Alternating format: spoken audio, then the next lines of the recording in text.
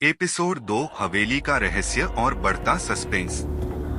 दरवाजा अपने आप बंद हो चुका था और बाहर निकलने का कोई रास्ता नहीं था। हवेली के अंदर अजीब सी ठंडक और अंधेरा था। हर किसी के चेहरे पर चिंता झलक रही थी। बुलबुल पांडे डरते हुए माइक, लगता है हम किसी जाल में फंस गए हैं। करिश्मा मुस्कुराते हुए, बिल्कुल सही बोले इंस्पेक्टर साहब, और अब इस जाल से बाहर निकालने के लिए हमें दिमाग लगाना होगा। बिलू, जो अब तक चुप था, धीरे धीरे पीछे हटने लगा। करिश्मा गर्दन पकड़कर, कहाँ जा रहे हो बिलू?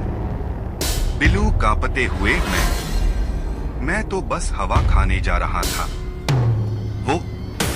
वो देखो।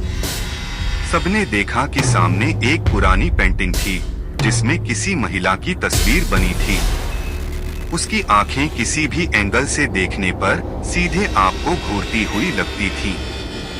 डीएसपी अनुभव सिंह ने उस आईने को ध्यान से देखा जिसमें पिछली बार उन्हें परछाई दिखी थी।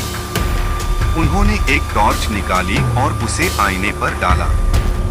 अचानक आईने में एक धुंधली आकृति उभरने लगी। अनुभव गंभीर स्वर में, ये कोई सामान्य आईना नहीं है, ये कुछ छुपा रहा है। हसीना धीरे से, या फिर कोई हमें कुछ दिखाना चाहता है। अचानक हवा का झोंका आया और आईने पर खून से लिखे कुछ अक्षर उभर आए।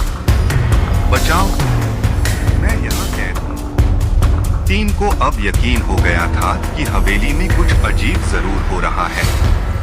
बुलबुल पांडे, हम पुलिस वाले हैं, भूत प्रेत से डरते नहीं, लेकिन फिर भी अगर कोई तांत्रिक वांत्रिक बुला ले तो?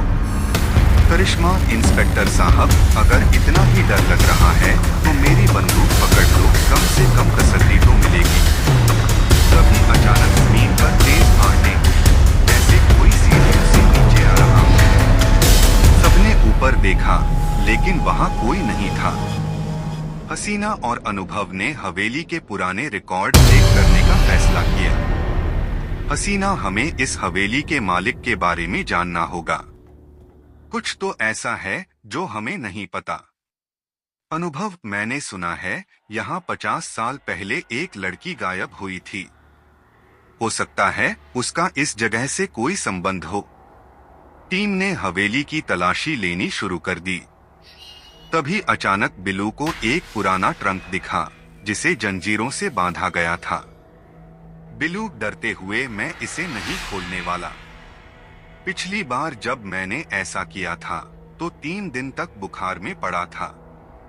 करिश्मा, चिंता मत कर, अगर कुछ हुआ तो पुलिस विभाग से छुट्टी दिलवा दूंगी। बिलू ने जैसे ही ट्रंक खोला, अंदर एक पुरानी डायरी मिली। डायरी किसी रश्मि नाम की लड़की की थी जो इस हवेली में 50 साल पहले रहती थी।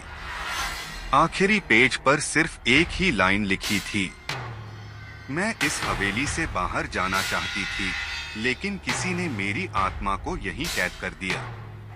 टीम